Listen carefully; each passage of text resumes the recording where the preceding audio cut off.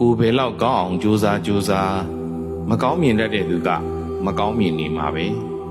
မကောင်းပြောတတ်တဲ့သူကမကောင်းပြောနေမှာပဲသူတို့အကျင့်စရိုက်တိုင်းသူတို့လုပ်နေမှာပါပဲဘယ်သူမကောင်းမြင်ဘယ်သူမကောင်းပြောအကောင်းဆုံးစိတ်ထားနဲ့အကောင်းဆုံးစက်ကြိုးစားပါကံရဲ့အကျိုးကိုယုံပါသူလုပ်တာသူရမှာကိုလုပ်တာကိုရမှာပါကိုလည်းကောင်းအောင်မကြိုးစားကိုနေရာဒေသကိုလည်းတိုးတက်ကြီးပွားအောင်မလုပ်သူတစ်ပါးတိုးတက်ကြီးပွားတာကိုလည်းမုဒိတာမပွားနိုင်ပဲမနာလိုဝန်တိုမှုတွေများပြီးသူများမကောင်းကြောင်းပတ်ပြောနေတဲ့သူတွေသူများမကောင်းကြောင်းထိုင်ပြောနေတတ်တဲ့သူတွေကိုယ်ပတ်ဝန်းကျင်မှာရှိနေတတ်ပါလေအဲဒီလိုလူမျိုးတွေနဲ့တွေ့ရကြုံရဆုံရတဲ့အခါမှာမသိသလိုနေပြီးဥပိ္ပခာပွားလိုက်ပါသူစေတနာကသူ့ကိုအကျိုးပေးပါလိမ့်မယ်ဘယ်သူကောင်းကောင်းမကောင်းကောင်းကိုကောင်းအောင်သာကြိုးစားပါကိုကောင်းဖို့သာအဓိကပါမုန်းစရာရှိရင်ကျေးဇူးတရားနဲ့ဖြေပါ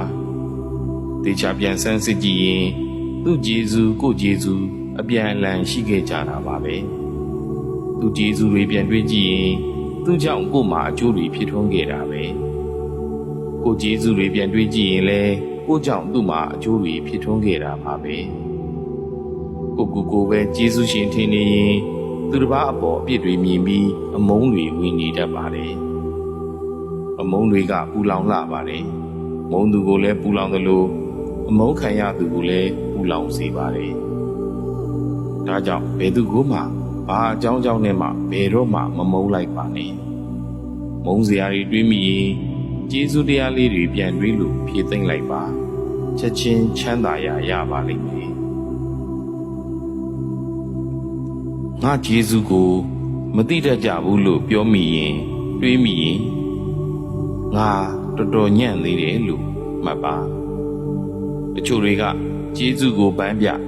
သူတစ်ပါးဘဝကိုလှုပ်မရအောင်တုံ့နှောင်ထားကြတယ်တချို့တွေကလူရှိသူ